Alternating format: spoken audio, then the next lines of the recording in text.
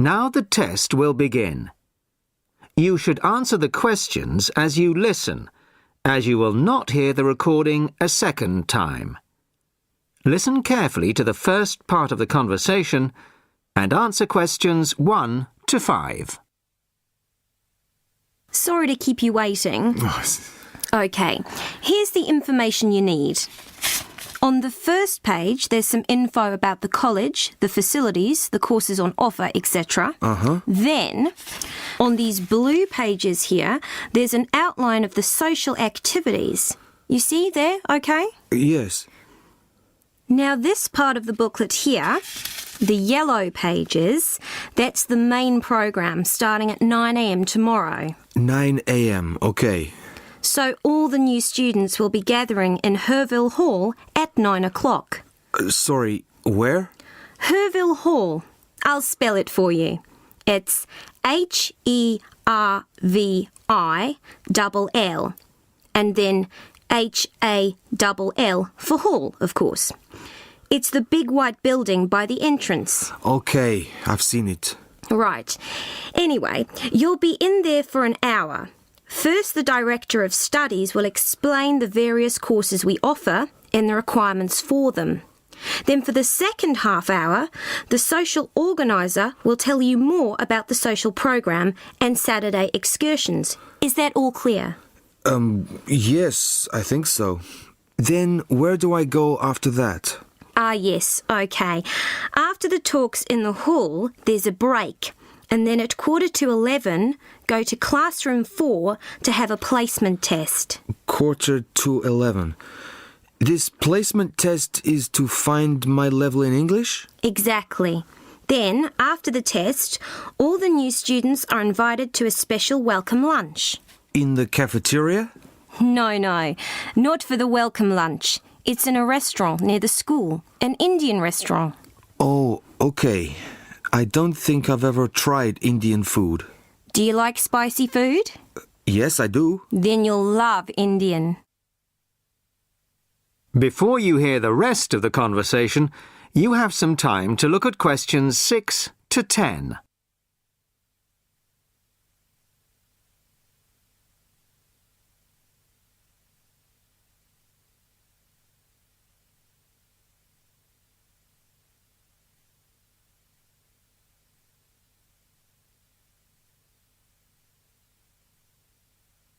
Now listen and answer questions 6 to 10. So, where's the Indian restaurant? Don't worry, it's really easy to find. Have you got that map I gave you? This one? Yes, that's it. See here, the main entrance to the school? Yes? Well, don't go out of there. There's a smaller entrance here, round the back. Oh, yes, I see. OK, so you go out of there, past the phone box, and then turn right into this road here, the one that goes along the side of the park. You'll see a supermarket on the left, and then it's just after that on the right. It's quite a big place. You can't miss it. OK. And one more thing. Is there a post office near here? Post office? Oh, yes, of course. Just the other side of the park. Go through the middle of the park, and it's there by the park entrance. Thanks a lot. You're welcome. Oh, there's a good cafe near here too. Very popular with the students. Just there. You go out of the main entrance into Varley Road, then turn left at the bank, and it's at the end of the street. They do amazing coffee. That's great. Thanks very much. No problem. Enjoy your course. Thanks again. Bye.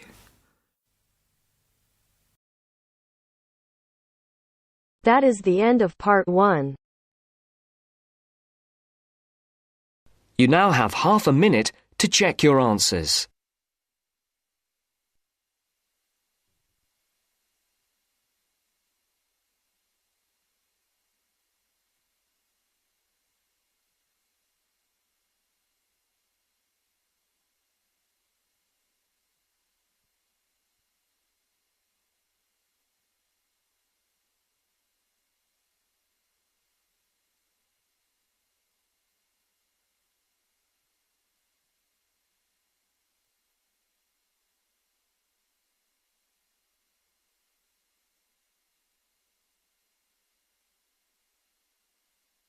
Now turns to Part 2. Part 2. First, you have some time to look at questions 11 to 17.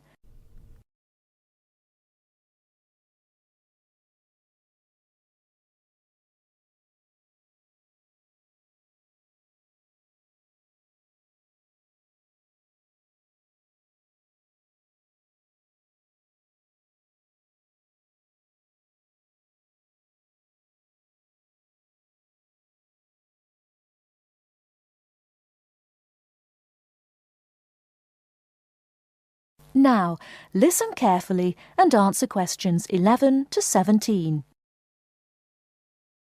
Hello, and thanks everyone for coming here today. I know it's always a bit stressful going for a job interview, but it's best to be prepared.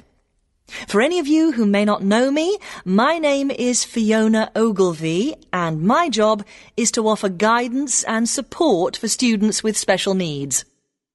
Now, you wouldn't be here today if you weren't interested in finding a job in the holidays. So let's get down to it and see what things you need to be looking out for. Most of you, I hope, will be applying for jobs with the companies that have been recommended by the university. The reason for this is that we here at the university already know these companies and have established good working relationships with them. I've also been to visit all of them and checked out the facilities they have to offer.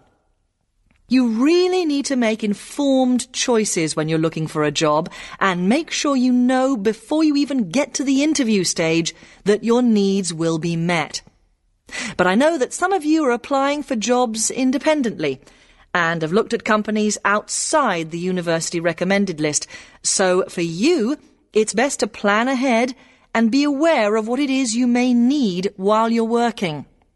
Things that you need to check when you go for an interview are there enough toilet facilities and are these easily accessible? Also, you want to check that all the public areas inside the building are barrier-free, so you can get direct access to these public spaces whenever you need to. And ask about ramps into the building, so you know how many there are and where they are located. These kinds of things are so much more difficult to sort out when you've started work, as they take time. But ramps are an absolute must, so please make sure you know where they are. Another thing you must make sure of is that the lifts have the correct lowered control panels. Ask if all the lifts have this facility or if it's only certain ones. Now, something I think that is often overlooked is working hours. What you want to make sure of is that you get flexi time. This basically means that your working hours are flexible and you can clock on and clock off in times that suit you. Within reason, of course.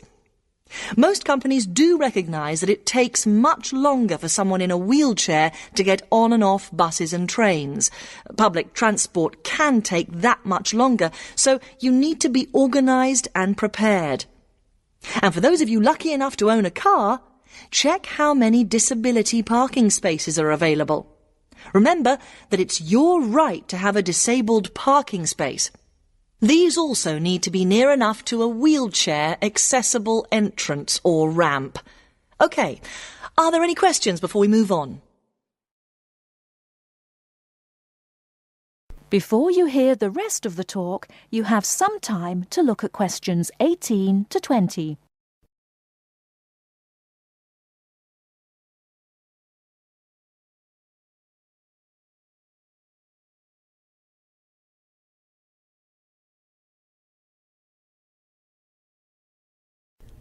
Now listen and answer questions 18 to 20. Right, let's move on then. Now I want to talk you through the series of visits to companies which we've got planned for next week. On Monday morning, we will be visiting the Lowland Hotel. They have various summer jobs available, working as a receptionist or conference organiser in their busy conference centre, organising and setting up conferences. You need to be prepared for working in an office environment and spending quite a bit of time talking on the telephone. The bus leaves for the hotel at 9 a.m, so make sure you leave yourself plenty of time to get there. When you arrive at the hotel, please gather in the reception area and wait for someone to take you to your first session, which will be a talk. The talk at the hotel will begin at 10 a.m. and then there will be a short tour of the hotel. There will be a light lunch provided, which is usually salads and sandwiches. The next place we'll be visiting will be on Tuesday afternoon. We'll be going to visit a little local company that makes handmade paper and cards. For those of you studying art, this may be just what you're looking for. We'll be taken on a tour of the company which lasts 3 hours. The tour will start at 3:30 p.m. and after that you'll have a chance to meet some of the staff. Tea and coffee will also be provided. We have no trips planned for Wednesday, but on Thursday morning we'll be going to Tobago Travel Agency. This is a very popular choice amongst our students because you can get student discounts on holidays. We've booked a coach for this and it'll leave from outside the refectory at 8 a.m. You'll need to bring a packed lunch for this, so please don't forget. There is a little canteen where you can buy hot and cold food, but this is closed on Thursdays. Friday, we'll be having representatives from all the companies visiting us, so you will have a chance to ask any questions, and of course, put your name down on the list if you're interested in working for them over the summer. This event will take place in the main hall next to the library, and it'll run from 10:30 until 4. I really hope you make the most of this excellent opportunity to not only earn yourself some extra money, but also to gain experience of what it's like to work. And if you'd like to find out more, then please ask some of the students who worked last year. They're all wearing green badges and will be happy to speak to you afterwards. That is the end of part 2. You now have half a minute to check your answers.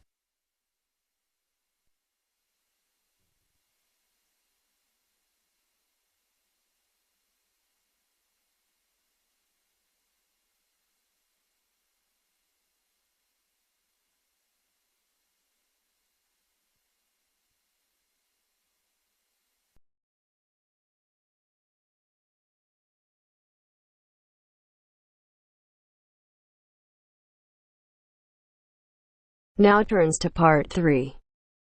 Part 3. You will hear two friends discussing what to study at Mitchford University. First, you have some time to look at questions 21 to 27.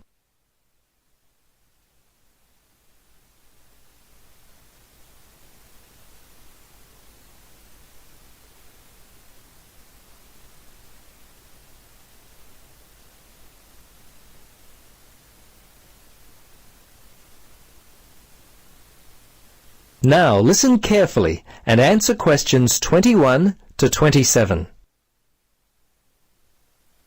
Hello, Gloria. Hi, Paul. I just heard that you're studying psychology this year. At the moment, that's true, but to be honest, I'm not sure exactly what to study. You're in your 3rd year at university. Do you have any advice for me? Well, it's a difficult question for me to answer, but I do have some ideas based upon my personal experience that may be of help. Anything would be helpful at this point. I'm feeling a little worried about what I should do. Well, there are a few things that I would recommend. Firstly, ask yourself, what do you really enjoy studying? For example, maths, English, science? This will help you decide what course you should do. The university handbook lists all the courses available. You should take some time to look at it. A couple of my friends spoke with recent graduates of courses which took up a lot of time. Another thing which took a lot of time was an interview at the Dean of Academic Affairs office. They're always so busy there. Unless you've got a lot of time, I wouldn't bother with either of those ideas. Okay. Gloria, I understand there are some excellent publications that I can look at which will help answer my questions. But the trouble is, I'm having a real hard time locating them. Do you know where I might be able to go? Yes, I encountered this very same problem when I was deciding on what to study. I managed to locate a few excellent books that really helped me to decide what was best for me. Now, some of the details will be a little inaccurate. That's no problem. If you could just remember the titles, I'll be able to look them up at the university library. Now, let me just get my pen. Okay, ready? All right. The first book I found was What Should I Do? It was written by Paul Smith, and I believe it was published in 2000 by Smith Brothers. I think this was the best book I read, although Judy Newton's Choosing University Courses was also an excellent help for me. Can you remember what year that one was published? Let me see. Most of the books I read were published around the same year, 2000, I think. I can't remember who published it. I think it was Printers Limited. You'll have to check that one out yourself. No problem. This is just what I've been looking for. Anything else you could recommend? Yes, there was one other book which I remember because my cousin works for the publishers Brown and Tate. He started there in 2002. Anyway, the book's called Surviving University and was written by Julie White. It's an excellent book which came out in 2004. I certainly recommend it. Before you hear the rest of the conversation, you have some time to look at questions 28 to 30.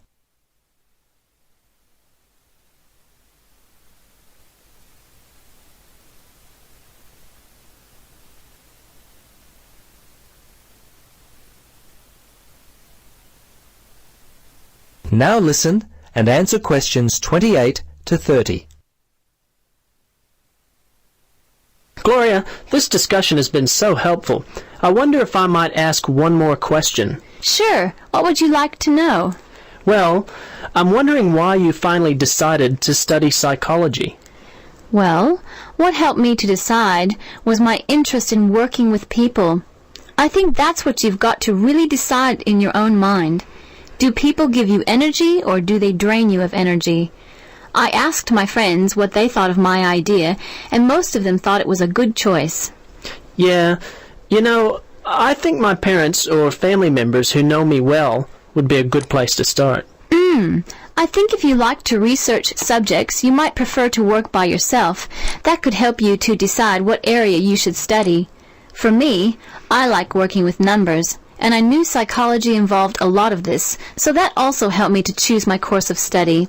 The bottom line is you've really got to know what you naturally like to do. Once you work that out, you simply choose areas of study that relate to those things. Well, Gloria, I can't thank you enough for your time. Would you be interested in joining me for a coffee?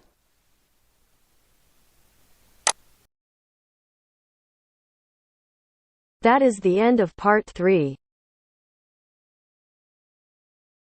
You now have half a minute to check your answers.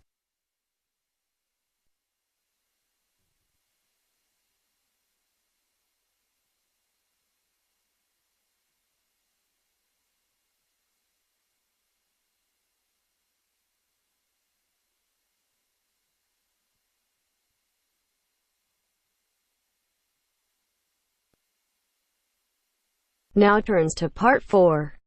Part 4. You will hear a lecturer in education talking about some experiments done in the USA to investigate the effects of reducing class sizes. First, you have some time to look at questions 31 to 40 on pages 71 and 72.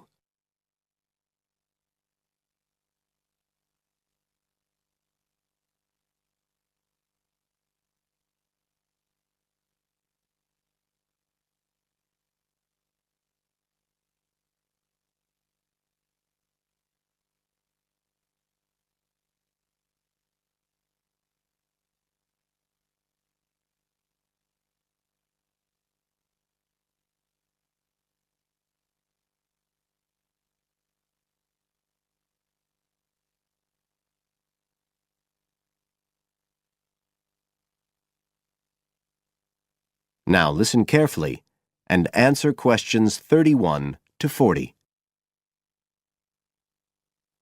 All over the world, there are passionate arguments going on about how educational systems can be improved. And of all the ideas for improving education, few are as simple or attractive as reducing the number of pupils per teacher. It seems like common sense. But do these ideas have any theoretical basis? Today, I want to look at the situation in the USA and at some of the research that has been done here in America on the effects of reducing class sizes. In the last couple of decades or so, there has been considerable concern in the United States over educational standards here, following revelations that the country's secondary school students perform poorly relative to many Asian and European students. In addition, statistics have shown that students in the nation's lower-income schools in the urban areas have achievement levels far below those of middle-class and upper-middle-class schools. So would reducing class sizes solve these problems? Well, we have to remember that it does have one obvious drawback. It's expensive. It requires more teachers and possibly more classrooms, equipment, and so on. On the other hand, if smaller classes really do work, the eventual economic benefits could be huge. Better education would mean that workers did their jobs more efficiently, saving the country millions of dollars. It would also mean that people were better informed about their health, bringing savings in things like medical costs and days off sick. So what reliable information do we have about the effects of reducing class sizes? There's plenty of anecdotal evidence about the effect on students' behavior, but what reliable evidence do we have for this?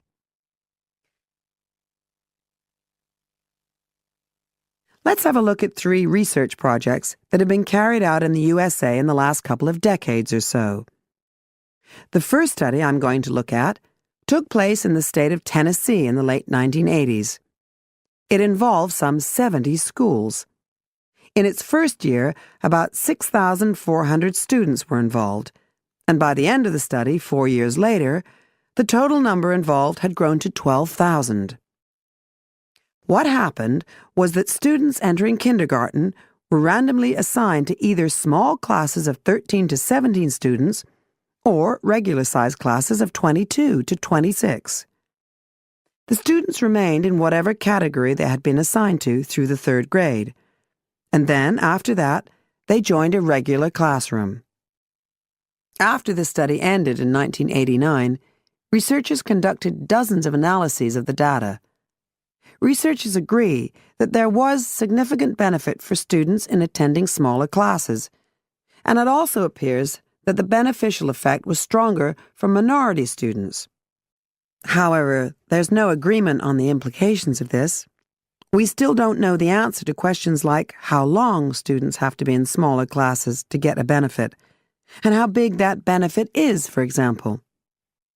The second project was much larger and took place in California. Like the Tennessee study, it focused on students from kindergarten through to grade 3, but in this case, all schools throughout the state were involved. The experiment is still continuing, but results have been very inconclusive, with very little improvement noted. And the project has, in fact, also had several negative aspects. It meant an increased demand for teachers in almost all California districts. So the better-paying districts got a lot of the best teachers, including a fair number that moved over from the poorer districts.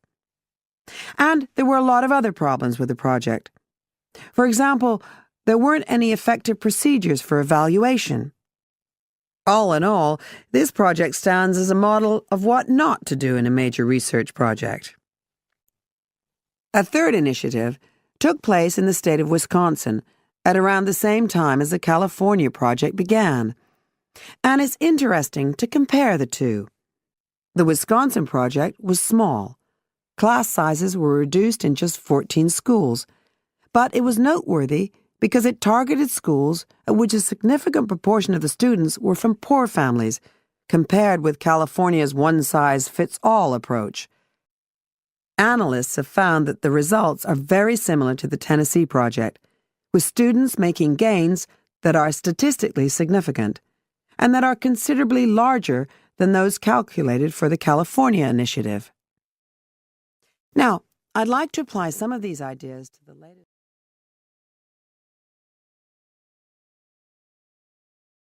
That is the end of part 4. You now have half a minute to check your answers.